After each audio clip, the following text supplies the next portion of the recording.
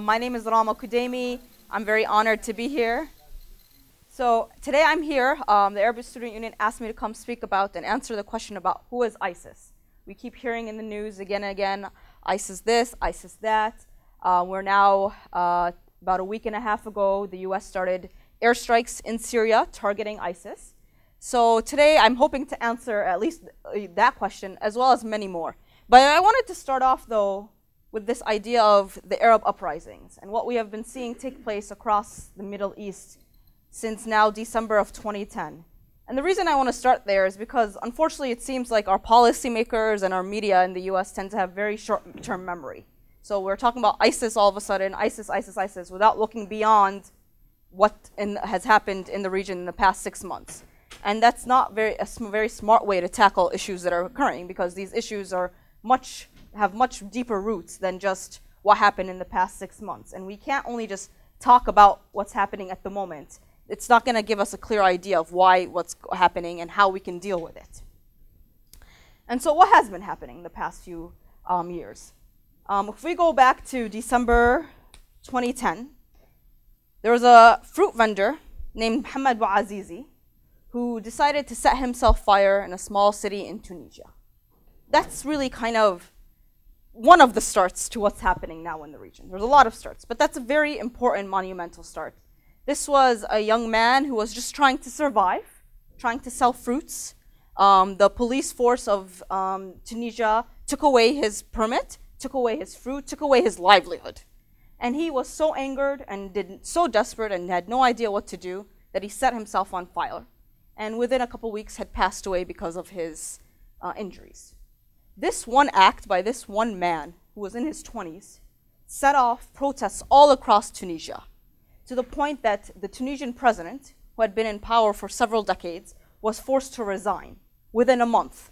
So in just a very short span of time, the Tunisian people were so angered by this story of this man who was so desperate that he had to set himself on fire, reflecting on what was happening all across Tunisia as well, economically, having no opportunities, having politically, the fact that this is a leader who had been in power for several decades. So think about the crackdowns that had to occur to keep him in power.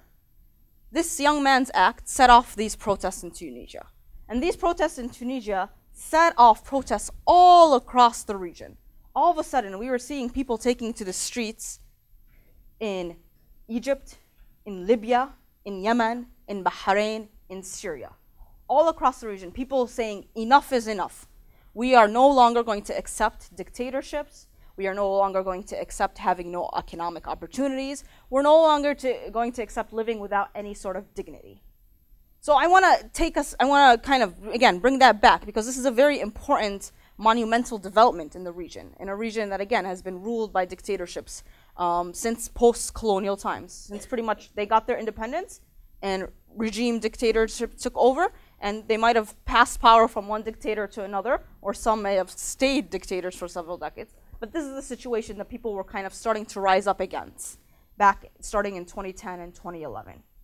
During this entire time, too, there's other things that are happening. So we have more and more the media in the past few years. It's not gone away completely from the media these days, but it's still there. The issue of Iran and Iranian nuclear weapons. And a few years ago, it seemed like the US was on the verge of attacking Iran, kind of what happened with the US invasion and occupation of Iraq. The whole idea of, oh, there's weapons of mass destruction in Iraq, that's why we invaded. All of a sudden in Iran, we were talking about nuclear weapons, even though there were so many analysts will tell you, actually, Iran is not planning any nuclear weapons. Iran kept saying, no, we're only developing nuclear weapons for nuclear power for energy. We have no interest in weapons. So this was also happening in the background. It's very important to also understand.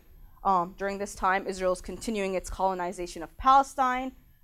Settlements continue to grow. We've had several incursions into the West Banks. We've had 2 wars on Gaza since 2010. So this is also, again, and then all of this culminates into September 22nd. The US begins airstrikes in Syria, targeting, again, this ISIS group. So how did we get here? So some things that you have to keep in mind when you're thinking about looking at today's events and thinking, why? Why is this happening? How are we going to respond? I think one of the most important things to always remember is the 2003 US invasion and occupation of Iraq. the disaster that was unleashed on the Iraqi people under the presidency of George W. Bush.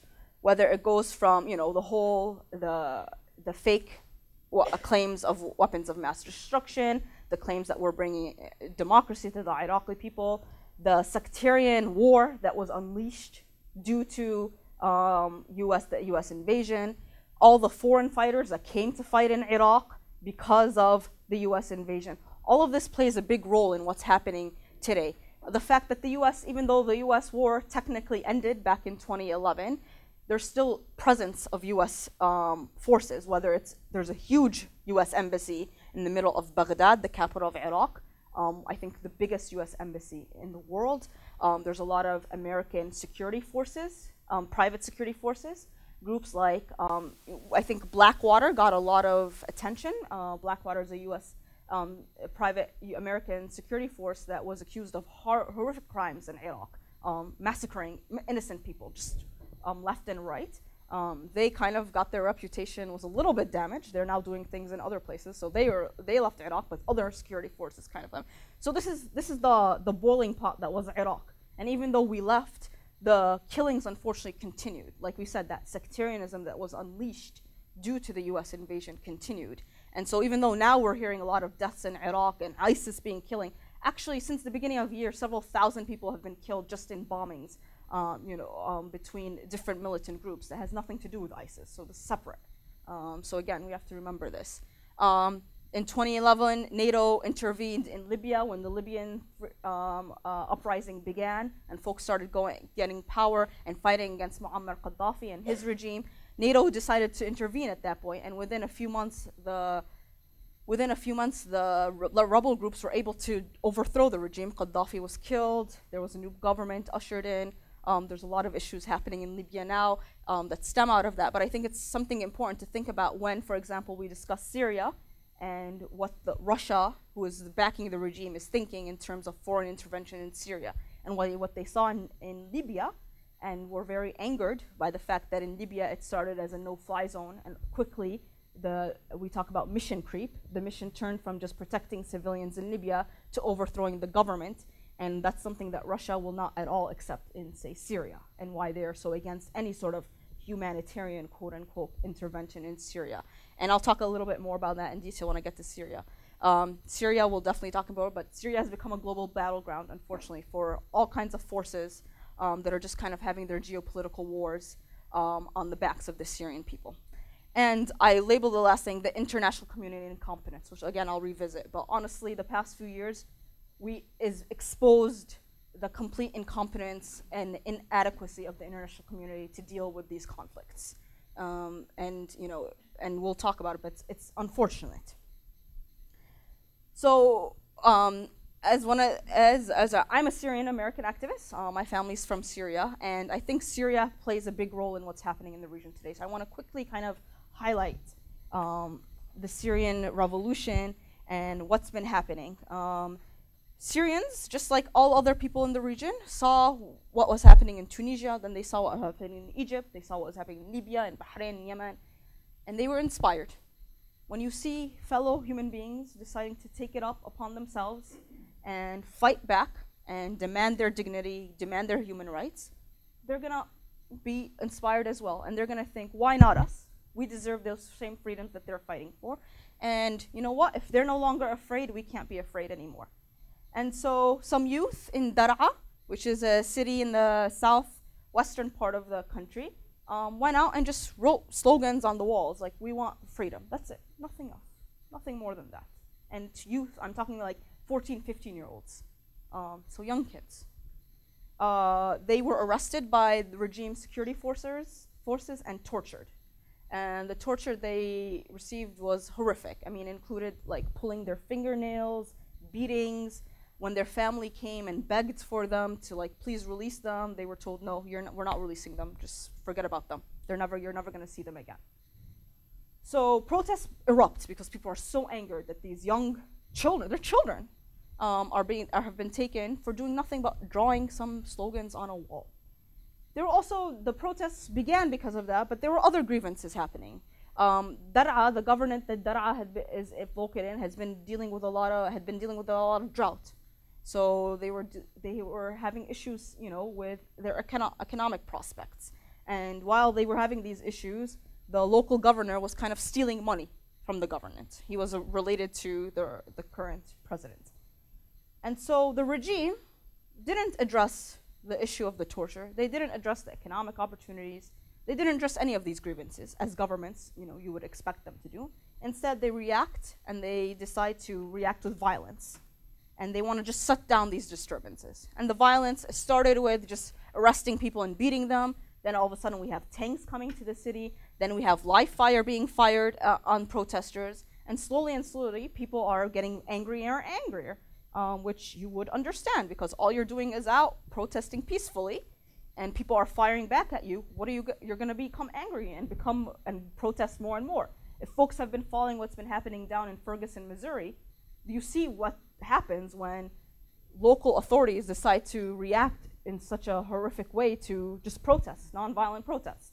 People are not going to just go back home and say, okay, forget it. No, they're going to demand that their dignity be respected. And so by May, the protests in Daraa had started around in March. By May, so within 2-3 months, the protests had spread to the major Syrian cities like Homs, and Homs mostly, and some parts of Hama. And so all of a sudden, the regime is facing protests everywhere. And they decide, again, they're not going to address any of the grievances. They're not going to engage with their people. They're just going to continue with their violent crackdown. And we're talking, again, killing of people, just shooting at protesters aimlessly. Whether, it doesn't matter, a child being killed, an adult, it didn't matter. They were just killing. Imprisoning activists that were trying to get people out and protesting, and torture. Just we would hear stories of torture. One unfortunately famous case was the story of Hamza al-Khatib. Hamza al-Khatib was a 13-year-old Syrian boy, just wanted to go out and see the protests. And he disappeared for a few days. His parents had no idea where he was. And then when they returned him, it was horrific, the condition that the body was returned in. Tortured, burned to death, just horrible. It seemed like he was sexually tortured as well from the events. I mean, his body was unrecognizable. If folks have seen the images of Emmett Till here in the US, like that was the extent of the torture that he suffered, to the point that his body was not recognized by his family. And the regime tried to get his family to say, oh yeah, it wasn't, they tried a certificate that he just died of natural causes. I don't know what natural causes leaves your body like that. But that's how afraid they were that the story of Hamza al-Khatib will get out. And it did. The story did get out, and people started getting in the more. We saw protests then start in Damascus, in Aleppo, in all these major cities where people were kind of wary at the beginning, because they had a lot of these bigger the bigger cities like Aleppo and Damascus, where there's a business class, for example, that had ties, and they want stability in the country because that's what's good for business, and they have ties to the regime, of course. But that didn't matter. Once these images of the death and destruction the regime was bringing to the people came out, people were not going to sit back and relax anymore. And so from that, for the first few months, the protests were definitely nonviolent. People just, again, going out, chanting songs, writing slogans on walls, that kind of thing. But armed groups did begin to form at the time. And the armed groups formed for many reasons. One, mostly to protect protesters. These are the protesters going out in to risk their lives. They need some sort of protection. So some of the armed groups were coming from, in the beginning it started off as people in the Syrian army who did not want to fire on the protesters. So they were abandoning the army. And slowly that way it started kind of forming their own battalions that would protect the protesters. Some people would just leave the army and not kind of form those battalions, but they'd have weapons that they'd kind of give to other people who were willing to. And that's kind of where the formation of this Free Syria Army began. We talk a lot about the Free Syria Army, the FSA in the media. And that's kind of how it started, this idea that we need to protect the protesters. It's also important to note, though, that the Free Syria Army is not, there's one commander on top, one general, and then it's like, control from the top.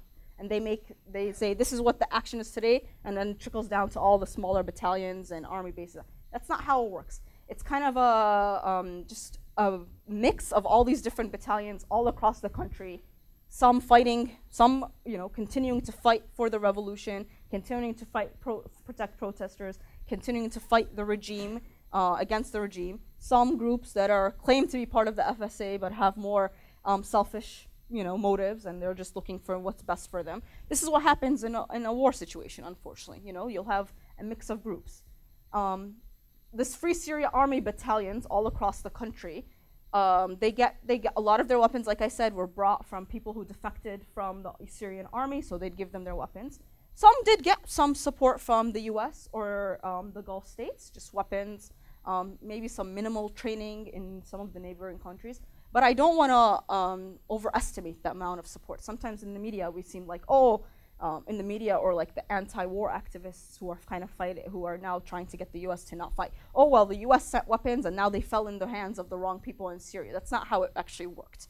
And we'll talk about that when I get to the ISIS part. Again, it's very minimal. These are groups that are fighting with very minimum resources against a regime that has missiles, that has barrel bombs. None of these groups have any of that, So they have guns, and the regime has guns, and they have missiles and airplanes. So that's very important to think about. And then we cannot forget Russia and Iran are the two main forces that are backing the regime. They're backing it financially, they're backing them through weapons, they're backing it through advice. That's what is honestly keeping the regime alive at this point, is all this internet backing from Russia and Iran. And the groups that are, the various groups fighting against the regime have minimal backing. And unfortunately, those who are backing them don't necessarily have the best interests of the Syrian people at heart, which we'll talk about. So real quick, before I get into the ISIS question, I want to note, because so much time and energy in the media, I study journalism, they tell us if it bleeds, it leads. That's what they care about. They care about the death, the destruction, the fighting. And it's very important to think about what's going on outside of that. There's 20 million Syrian people. They're not nowhere near even the number of fighters is in the tens of thousands. So the majority of the Syrian people who were out protesting, who continue to go out protesting, despite the continued assaults by the regime, despite the continued assault by ISIS now, when they do protest, it's very creative and non-violent. So we have the songs and the creative chants.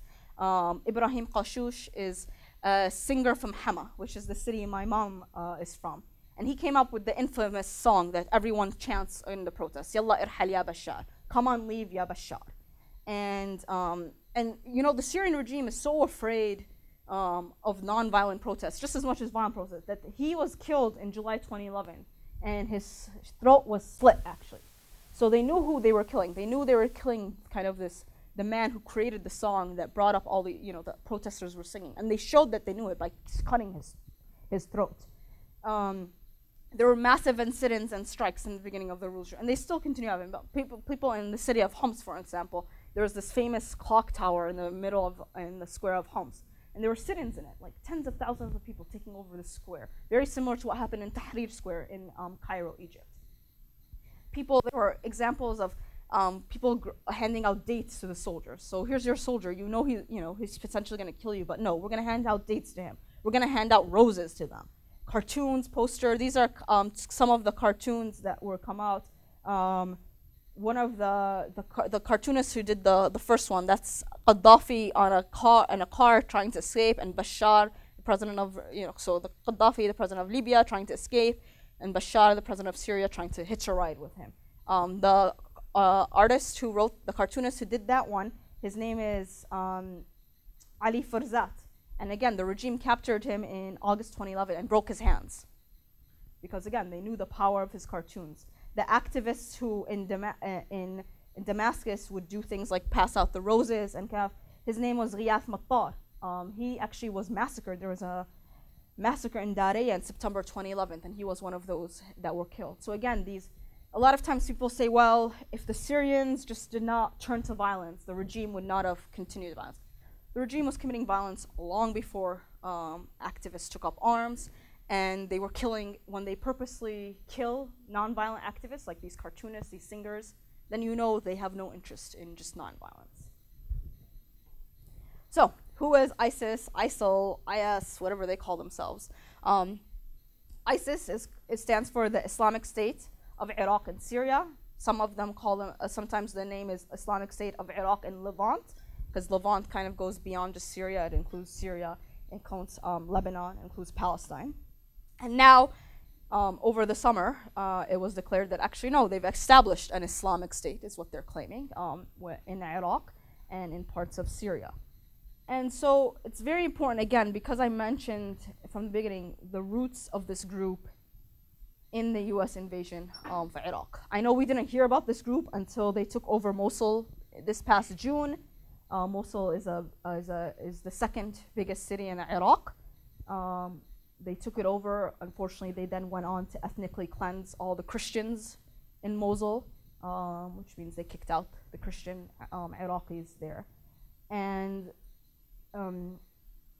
even though they claim to be an Islamic state, I want to emphasize there's nothing, absolutely nothing Islamic about this group. They can claim all they want that they've established a caliphate, which for a lot of Muslims kind of reminds us of the time of when the time after the Prophet Muhammad, that there were caliphs that were in charge of leading the Muslim community and the Muslim community back then. And so but they're not Islamic. They can claim all they want, and we can discuss this in question and answer. But there's been a lot of scholars that have put out these statements that this is not Islamic, kind of refuting their ideology point by point by point. But to think about the roots in the invasion of Iraq and the civil war that the invasion kind of unleashed. So, for example, Abu Bakr al-Baghdadi, the leader of the Islamic State at this moment, was held and tortured in a US prison in Iraq. This is something that we need to think about what our policies in the region, how they come back to haunt us again and again. And unfortunately we seem to think, well, if we respond the same exact way, it will change this time. That's not how it happens. I think they took a lot of, they've only made the news more recently because of what's happening in Iraq, but then we've all been striking them in Syria. They've been causing havoc in Syria now for the past year or so. They've taken over places and certain major areas in Syria, such as Al-Raqqa. They honestly are taking opportunity. There's an opportunity of chaos that they took advantage of. In Syria, the state is falling apart. The government, the regime is losing control. The various opposition groups are either they don't have enough funding, they don't have enough resources, there's not enough unity, and there's a lot of infighting. And so this group is kind of able to, in this vacuum, rise up. And they rise up by saying things like, a lot of people in times of hardship turn to religion. I mean, this is not unique to Islam. This is in all religion. You turn to religion. And so here's a group that was saying, we're going to establish an Islamic state. We're going to bring back some sort of stability.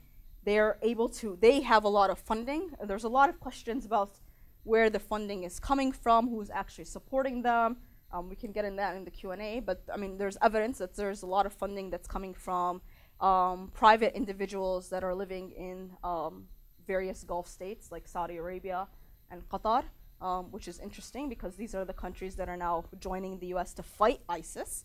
I think there's to do airstrikes, so there's a lot of questions about, well, you can probably do a lot more, be more effective and less damaging to the Syrian people if you cut their funding versus bombing them. And so yeah, it's very unfortunate that this group has been able to rise up and kind of bring people towards them because of that. But I also want to stress, sometimes the media overblows things, and sometimes the US government overblows. We sit and think, well, ISIS now is the most dangerous group in the world. The range of fighters that they have increases. Sometimes they say it's like 10,000, sometimes it says 30,000, depending on what the US policy seems to be feeling like. If you want to overblow it, you'll give the bigger number. You want to kind of, oh, they're not that big of a deal, like we were having last year. A lot of, President Obama was thinking about airstrikes against Syria last year, except at that point last year was in response to the chemical weapons attacks that the regime had committed in Ghouta, which killed hundreds of people in August 2013. At that time, we were talking about airstrikes against the regime. 1 year later, we're now doing airstrikes against this ISIS group. And I personally believe in collaboration with the regime. I'm very skeptical that the US government would go in and strike targets in Syria without having at least assurances from the regime that their planes will not be hit. So President Obama can say all he wants that we're not cooperating with the regime, but it's very hard for me to believe that. I also want to stress too that a lot of people keep asking, well, why are the Muslims that are talking about ISIS, why don't they condemn what ISIS is doing? And there's a lot of conflation between ISIS and various rebel groups that, like I said, were formed in the initial stages of the uprising to fight against the regime and protect protesters. These rebel groups have been at the forefront of fighting against ISIS. Like, there is no, like, the groups that are authentically part of the revolution, authentically came about to protect protesters, to bring down this brutal regime, they are not accepting of ISIS, and they've been fighting ISIS. And protesters, for example, in Raqqa, protesters are going out and protesting against both the regime and ISIS. And their slogans, they'll put out posters like, we're not replacing one tyrant with another tyrant. That's not why we gave up our lives. That's not why people have been being killed for the past 3 years. We want to make sure that our revolution actually brings out true freedom and dignity for everyone. So that's kind of a quick ISIS thing. And to think about how we choose to respond as a country and how we decide to intervene. As you can see, a lot more of civilians have been killed in Syria by the Syrian regime than have been killed by ISIS. So we're talking about less than 1,000 Syrians killed by ISIS, almost 13,000 civilians killed by, 124,000 plus civilians killed by the Syrian regimes. So that, I share this just to get you thinking as to why the US chooses to interfere, when, how. Like I said, last year, Obama was ready to do airstrikes against, well, he claimed to be there was a red line, that chemical weapons was a red line, and once the regime crossed that red line, we are going to intervene against the regime. It never happened. There's a lot of various reasons. I'm someone who believes he never planned to actually attack. He said that statement, he had to be tough and showed. But there's a lot that could have been done and continued to be done to actually help the Syrian people, protect them from the regime. We have Russia here, again, the main backer of this regime. A lot of pressure can be placed on Russia to stop that end that backing, but you need political will on the plan of the US. So for example, we had the Winter Olympics in Russia in February. This could have been an opportunity for everyone to say, no, we're going to boycott the Olympics because Russia is backing this horrific regime in Syria. The Pentagon had been buying, has been buying, and they didn't cancel its contract, but they buy their helicopters that they use in Afghanistan from the same weapons company Russian weapons company that sells its weapons to the Syrian regime. So there's leverage here. It's just we choose not to use it. We don't have the political will, or most likely because we as the United States are very also hypocritical in the way we deal with the world. So as you can see, in September, this past couple weeks, when Obama announced that he was upping actions against ISIS, that we were going to start airstrikes in Iraq, and we were planning to start airstrikes in Syria, he talks about how, the US stands for freedom, for justice, for dignity. And these are kind of the values that found us as a nation. Well, as was mentioned, I work at the US campaign to end the Israeli occupation. And I can tell you right now, actually, the US does not stand for those values when it comes to its so-called allies. And so the US talks about human rights abuses, talks about the regime in Syria and the crimes it's committing, and then its allies include the brutal regimes in Egypt, in Saudi Arabia, and Bahrain. It's very, when you think about that, these strikes in Syria are being done in conjunction with Saudi, in conjunction with Qatar, with Jordan. These are not regimes. These are regimes that also have blood on their hands, and yet they've all kind of come together to fight off another regime. US support for Israeli occupation and apartheid. I bring it up mostly it's my work, but also we just saw a horrific 50-day war on Gaza where over 2,000 Palestinians were killed, 500 children. That's 25% of those killed were children. And at least I tell people, well, at least in Syria, people can run. Gaza, we're talking about, it's besieged from all sides. They cannot escape. So you're just dropping bombs on an open air prison and then expecting somehow that people will survive. And again, what we heard over the summer from the administration, from Congress people, was Israel has the right to defend itself. And so this is kind of the way you have to think about why the international community is so incompetent, why the US kind of strategy goes back and forth and doesn't accomplish anything, is because we talk about values, but we don't really care about them. You look at these pictures. I mean, would you know which one is Syria and which one is Gaza? Does it matter? Does it? I mean, for me, it sort of matters because one, the United States is funding it, and the other one, we claim to be wanting to save it, but we're not doing anything about it. You can't tell the difference. These are children, both of them in schools that have been destroyed, but it's just destruction. Which one is which? And so, going back about the international community and what Syria has been doing, I mean, like I said, it's a battleground at this point with the outside forces. And everyone is kind of making their stake, and everyone's just forgotten that the Syrian people are themselves suffering. And they just want their own concerns. And this cartoon very much, it's the bloodbath that's Syria, and here we have China, Russia, Iran, the US, the Gulf states, just kind of fishing and seeing what they can get out for their own interests. And then the non-response, the humanitarian aid, the humanitarian catastrophe that is being unleashed in Syria. We're talking about 200,000 people killed. That's a huge number. Syria's population is 20 million, so that's a huge number, 200,000 people. That's what's been documented. I mean, we can easily have double that amount being killed, but we are just not sure. People are being killed by either the strikes that are coming on the cities. So in Aleppo has been under barrel bomb attacks for several months now. Human Rights Watch did a great report on that.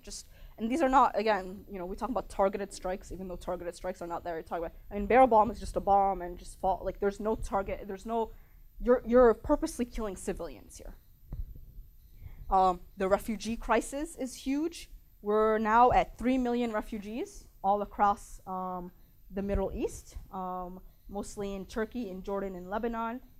There's 6 million people internally displaced. There are thousands of people who are disappeared. We don't know what happened. They might be in prison, they might be killed.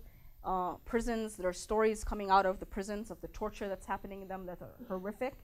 And unfortunately, again, the countries that claim to be friends of Syria, the countries that want to help Syrian people, they're not giving the amount of aid needed. I think the United Nations recently announced that they were going to have to cut food aid that they're giving to Syrian refugees in Lebanon because there's just not enough money. And at a time when the refugees are increasing, they're having to cut the funding because there isn't any money. And so, yeah, I don't know what happens. It's fine, I'm almost done. And so I think a lot of times it's so much easier to talk about bombing a country and sending weapons versus, how can we actually engage properly in order to raise up end this humanitarian crisis that the Syrian people are going through. And so my last 1 minute thought is thinking about what will happen.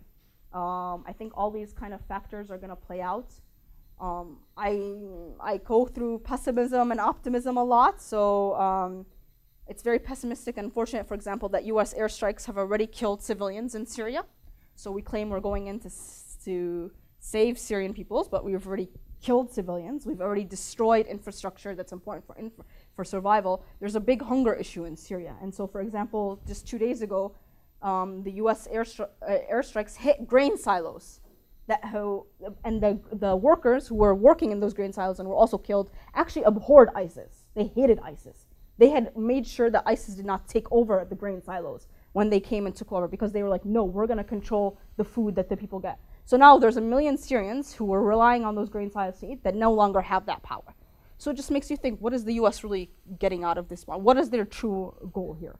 And I just want to stress again that you can get very pessimistic and very defeated. But this kind of this revolution started out as the authentic, legitimate uprising for human rights and dignity. And just like all other revolutions in Syria have kind of started that way, and the region have started away and have gone in various ways. Libya is having a lot of issues. Egypt is having a lot of issues right now. That original, sometimes you just need to hold on to that, no, people are no longer going to accept the way things are. They're no longer going to accept dictatorships. And it may take a long time to get to a point when we have peace and stability and functioning governments, and governments that kind of respond to the needs of the people versus governments that take over the needs of the people and demand that the people serve them. But we'll get there. And I use Europe as an example. Europe, we look at Europe today and we think it's a successful place. No, I mean, no one says Europe is falling apart. Europe went through 2 major world wars to get to the point that it is today. And so I think it's very important to not lose sight of what all of this means. And we're seeing the unraveling of systems in the region. And unfortunately, a lot of people will be killed. But how do we make sure that they're not killed in vain? So yeah, I have some more information if you're interested in Syria stuff and Palestine stuff. And I'm looking forward to answering your questions.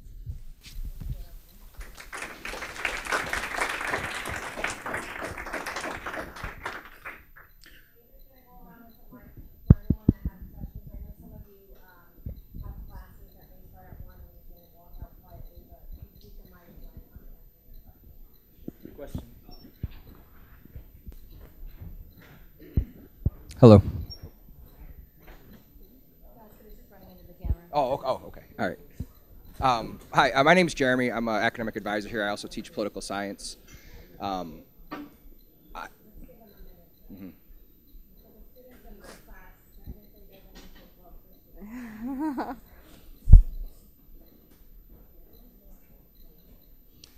When I was listening to you talk, I can't help think, it's about 50, 60 years ago that Eisenhower famously warned the American people to be wary of the industrial military complex. Do you think to a certain extent that ISIS is the new excuse to keep Americans scared? Whether you look at communism from the 40s through the 90s, terrorism, the terrorism threat of the last 20 years. I mean, is this just the new way to keep us scared so we can justify the billions we spend on our national defense system? Or even Ebola. I turned on the news this morning. The headline is Ebola outbreak. It seems like we're always looking for something to keep Americans scared. And I think that to some extent, do you think that ISIS is the new excuse, I guess? I do. I don't say this to kind of belittle the crimes of ISIS against the Iraqi people, against the Syrian people, against the American journalists that were killed. But I'll give you so ISIS became. They really made headlines when they beheaded those 2 American journalists recently, and it's upsetting that they did that. It's horrific, and you feel for their families, and you feel for the pain and suffering that they went through. But there have been like dozens of Syrian journalists that have been killed by ISIS that no one heard about. And so that's something to keep in mind. ISIS has been, again, just having a lot of destruction in Syria that, again, no one really heard about. And so we have a problem in this country. We have a military-industrial complex where our Congress people, if you look at the people who push most for war, they get a lot of money from weapons companies, like a lot of money. And we're not, And so we're a country that's run a lot by lobbies, and this kind of fear. And there's legitimate ways. You can fear ISIS and what they stand for, but there's ways to fight back that do not put us in a situation where we're again, we started a fight against Al Qaeda back in 2001. We're now 13 years after. Al Qaeda's still there, and guess what? There's a worse group now out there. ISIS is so extreme that Al Qaeda has broken ties with ISIS. That's how extreme they are. And so what's going to be then next? After this ISIS group, after again we try, if we fight them by war, that's how we're going to solve this issue. That's not how we're going to solve. More war does not solve the issues of war. We need to be realistic about why people are fighting against the United States when they claim they talk about U.S. foreign policy as a big issue, and we cannot continue this foreign policy of where, we talk about freedom, justice, equality, but stand against it when it comes to the Palestinians. We cannot talk about freedom, justice, equality, and our major allies in the region are groups like our regimes like the Saudi regime, who I believe beheaded more people last month than ISIS for non-violent crimes. I'm not talking about, we'll talk death penalty aside. Like we're talking about non-violent crimes. They're beheading people before, And so we as a country need to really think about those and how that projects on us, and how we can make sure that we're an actual democracy and not a country that is run by various lobbies.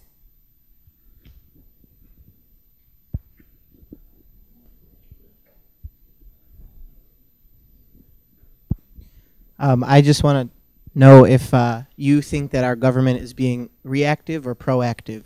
I mean, there's been a lot of speculation in some of the media saying that we're reacting to the beheadings and the public, you know, all the stuff that's been being released.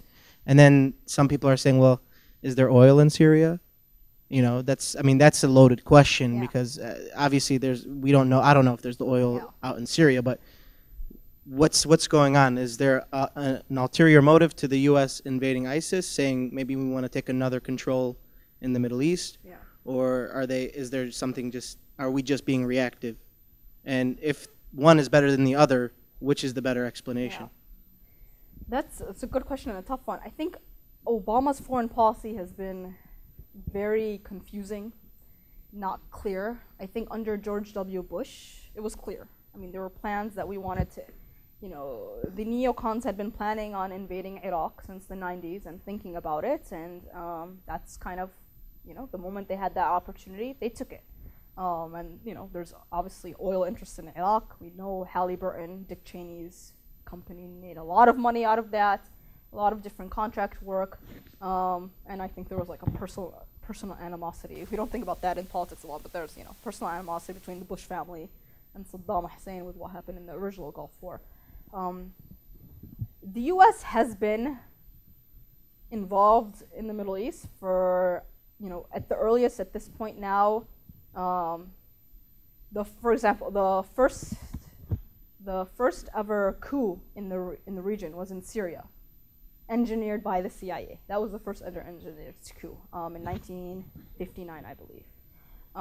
So we've had our interests in the region. Some of it is oil. Yes, a lot of it is oil, I think. You know, we need easy, cheap access to oil. We need access to a place to sell our weapons. You know, I mean, we sell weapons to the Middle East like insane. I mean, I think 2 years ago, we did a $60 billion weapon sale to the Saudis. $60 billion in 1 year. That's crazy. So that's kind of part of it. Our relationship with Israel, again, goes both, that sort of, some of it is the interests, like, you know, we need a country that we can rely on to police the rest of the region.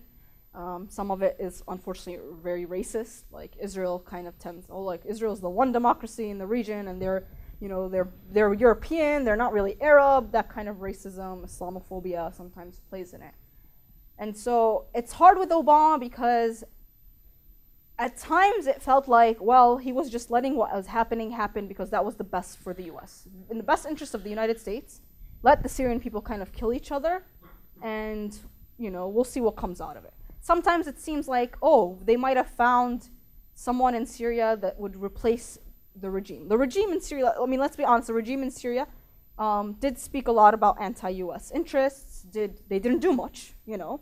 I mean, but they did kind of do that. They were seen as like part of the axis of evil, aligned with Iran. And so it seemed like at times he might have identified someone who can come post-Assad and replace him, and that's when we started talking more and more about, yeah, we're going to raise the amount of arms that we send to the rebel groups, we're going to train them more, et cetera, et cetera. I'm actually surprised that he started striking ISIS. I'm really surprised because, again, last year he talked a lot about doing strikes and then never did them. And here all of a sudden we're doing strikes. And I'm not as up to date as what's been happening in Iraq. That kind of made us change that situation. ISIS growing to the point in Iraq where they were actually overrunning the Iraqi army. They were actually, like, the weapons that the ISIS all of a sudden, actually they were the weapons that they took from the Iraqi army that we had supplied to the Iraqi army. And so maybe at this point he felt he had to do something. It didn't matter if it made any sense, or he just has to do something. Brought in some Arab allies to make it seem like it's a coalition. And whatever, we'll drop some airstrikes. People will kind of relax a little bit. And yeah, and I'm not sure how this is gonna play out. The oil in Syria, there is oil in Syria, not too much though. But there's oil 2 years ago. So Israel occupies the Golan Heights, which is Syrian territory. And 2 years ago, there was a story that came out that they had actually hired an American firm to start looking for oil in the Golan Heights. So Israel is already thinking about Golan. And there's a lot of talk that what happened in Gaza this past summer was the gas that's off the shore of Gaza, that Israel was trying to, start a war, and I don't know how that kind of, and over in Gaza to get to a point when they can get an agreement that gets them to drill for that gas. But resources play a lot of course, in politics. I'm totally confused with the situation going on here. I'm just wondering, the ISIS, that group, they are not Syrian people, right? They are originally come from Iraq. So are they the remain of the ex-Iraq? So they are Iraq people, Sunni, and then they expand, they go all around. Who are their leader? And why those people in Saudi Arabia or that other country support them? Are they belong to the same Sunni? That's why they get money from? That's why people support them? And who are their leader? It's a good question. So ISIS, like I said, started off in Iraq. And the current caliph, the Khalifa, the leader, Abu Bakr al-Baghdadi, is an Iraqi man. And so, and this again goes back, this is why history is so important, and looking at how Iraq and Syria were created, and they were created by the French and the British. These were borders that were kind of put together and bringing in a lot of groups that probably would not have been in the same state if smarter people, they were smart. They wanted to, this is what they wanted to do. They wanted to manipulate the region. And so you're right, a lot of the fighters that are now currently with ISIS are fighters who used to be in Saddam Hussein's Ba'ath army. But because after the US invasion of Iraq and the new formation of a government, it was put into law that no Ba'ath ex-party people can have any role in the government, can have any role in the army. Well, this created a situation where you then have all these men that have no jobs. What are they going to do? They're banned from government work. That's what they used to do. They're banned from, and we're not talking about the highest regime people who are probably belong in the Hague and for the war crimes that they committed against the Iraqi people. We're talking about in all of these regimes, there's just the everyday people that are just trying to survive, and so they do what the regime tells them to do, whether they know it's right or wrong. So these people were and so these people, who by the way are not very religious people. This is like the Ba'ath was a very anti-religious party.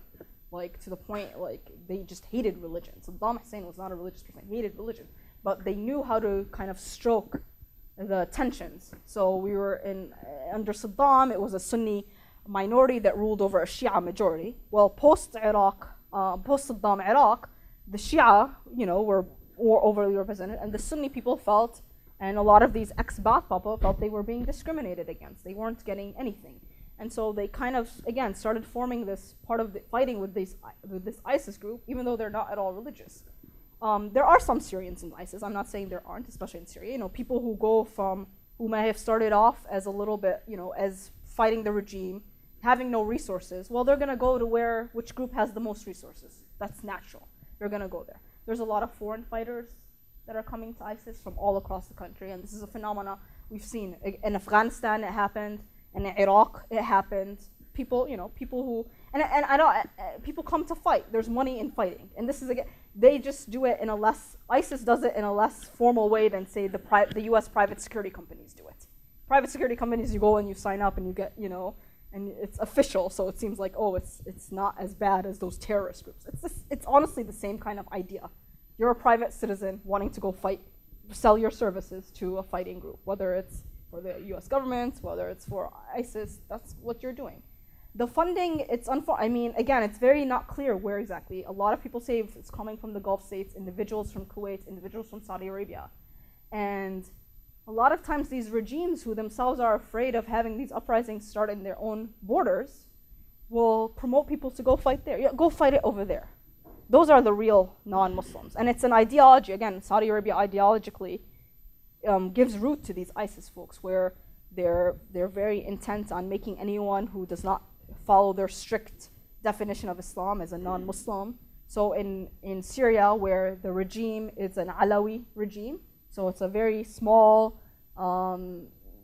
group of Muslims, of Shia Muslims, like, so you can make them like, those are the enemy, they're not real Muslims, go fight them, don't fight us. And so it gets to this point where, again, religious talk mixes with political ideology, mixes with opportunity, and you get to a point when people are just fighting, and they're not, sometimes I don't think they're even sure what they're fighting for.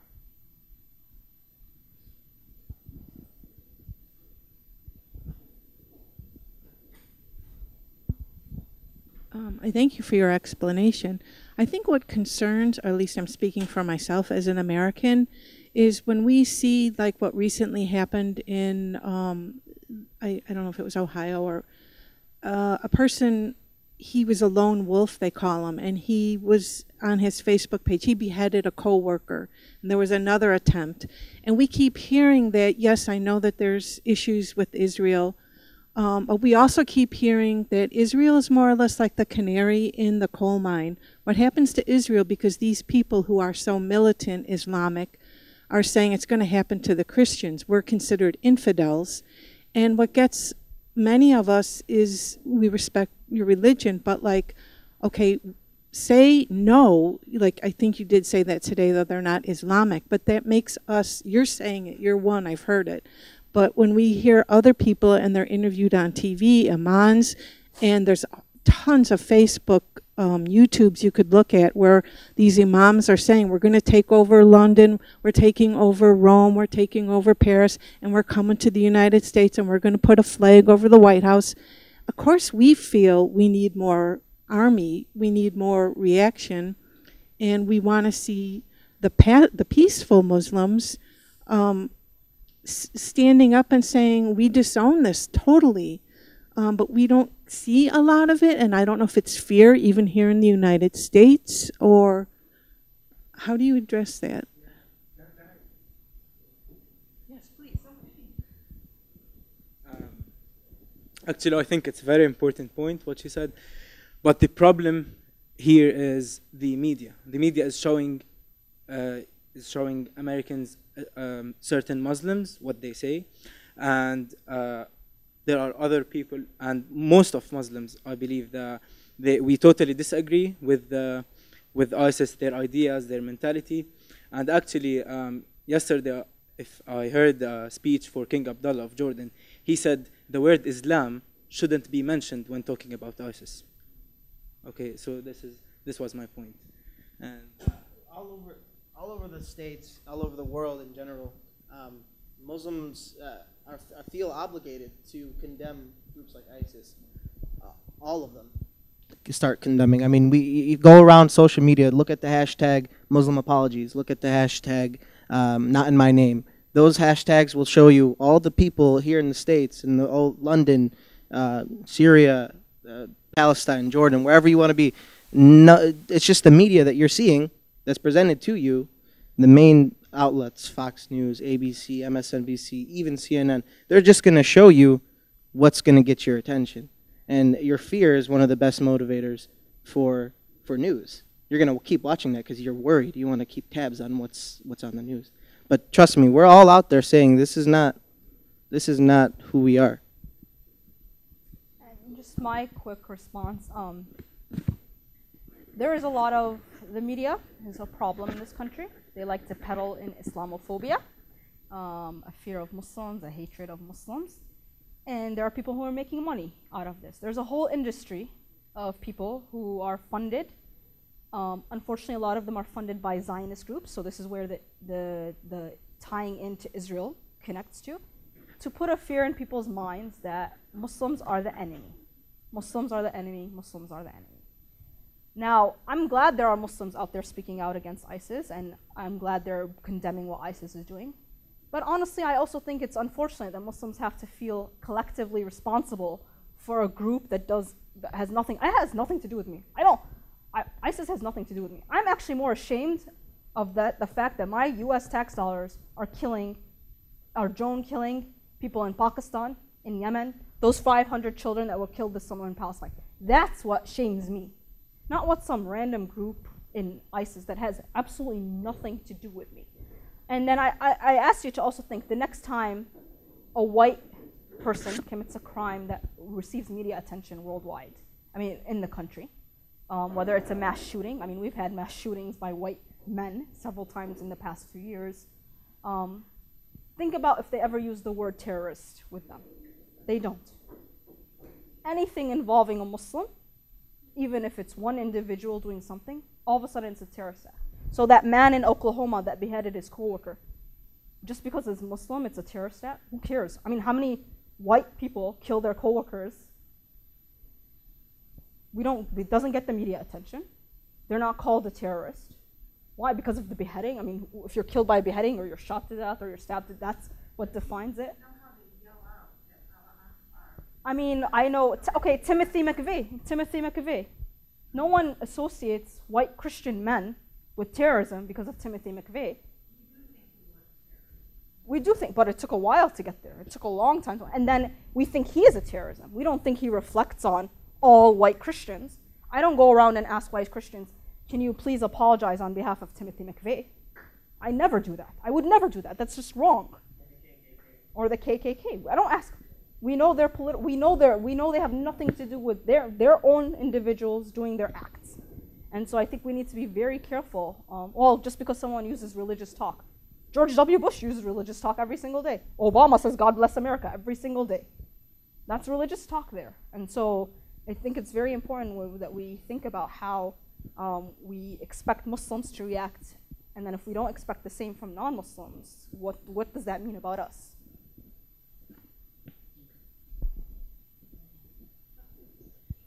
I was wondering what you thought the best way for the U.S. military to be approaching these dangerous groups in the Middle East would be, because I know with these airstrikes, it's just there are a ton of innocent people that end up getting killed, and it's horrible. How do you think that?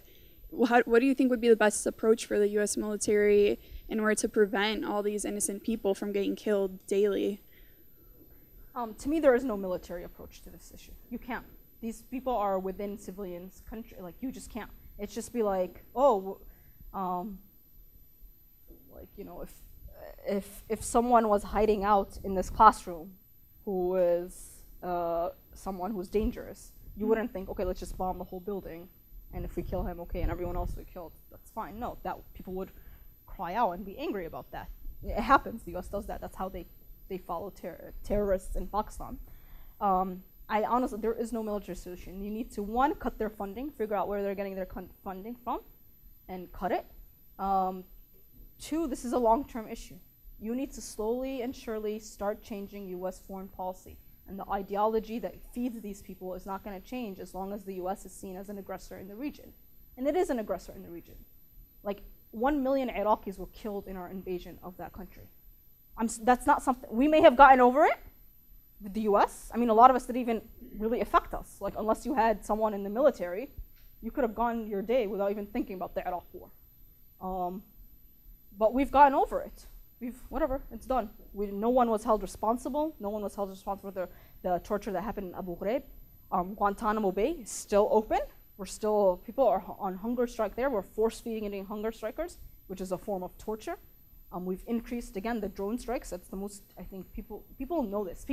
I think we as Americans, because we have the privilege of living in a country that's the most powerful in the world, we can ignore what's happening in the rest of the world. The rest of the world cannot ignore. They know exactly what crimes the US is committing, and it angers them. It angers them to their core.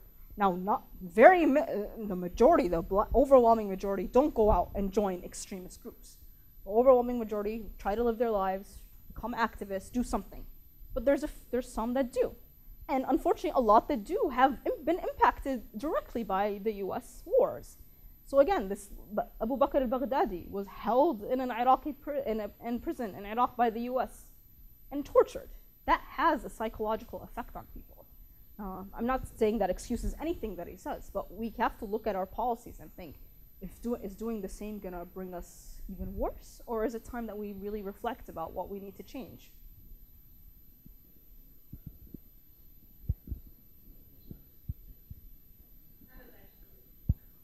I don't have to stand, I hope. I just was going to go off of what you all had said, and I think there needs to be a differentiation between extremists and an actual group. I never would like to be associated, when I had been a Christian, with being a part of the Westboro Baptist Church. I would never want to be associated with being a member of the KKK because I'm white. I don't think it's appropriate to group an entire race or religion based on a few extremists. And I think that this is a lot to blame with media, especially individuals like Bill O'Reilly, who think that it's their position to make people afraid of a group of individuals, where Islam is based on love. It is a religion of love, and never once has my Arab boyfriend and his Muslim family once made me feel uncomfortable, whereas I know many of my Christian friends have made me feel uncomfortable because of my own political or religious beliefs, which I think is something really telling of the times. So.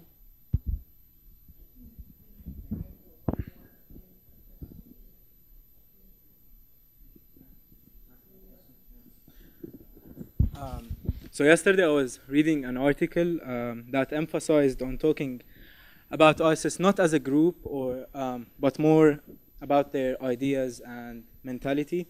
So this airstrike happening right now will actually, or maybe, destroy their resources.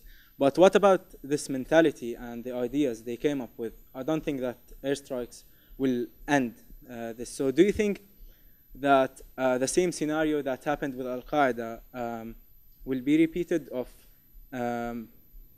taking a longer time to end or kind of eliminate the ideas and mentality they have?